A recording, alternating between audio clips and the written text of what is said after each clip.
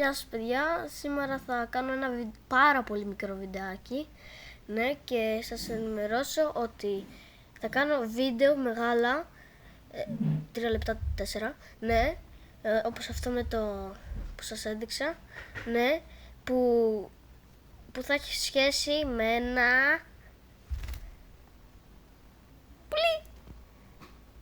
Αυτός εδώ είναι ο Άρτσι. Ένα παπαγαλάκι που πήρα. Άρτσι, έλα εδώ, κοίτα.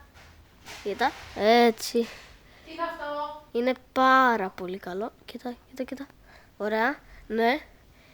Και έχει μαλλιά και το αγαπημένο του πράγμα είναι να το χαϊδεύεις και να ανέβει πάνω. Ανεβαίνει. Όπα, το βλέπετε.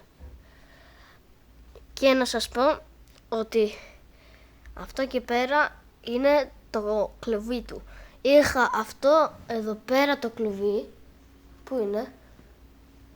Περιμένετε λίγο. Πού είναι το κλουβί?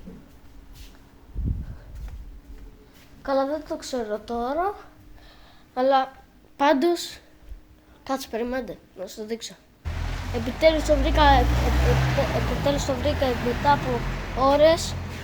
Εδώ πέρα το μπαλκόνι μου, η γειτονιά μου.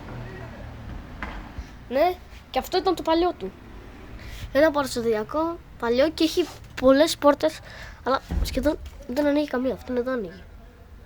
Εντάξει. Κάτσε να σου το δείξω καλύτερα. Αυτή είναι εδώ. Οι άλλες δεν ανοίγουν. Εντάξει.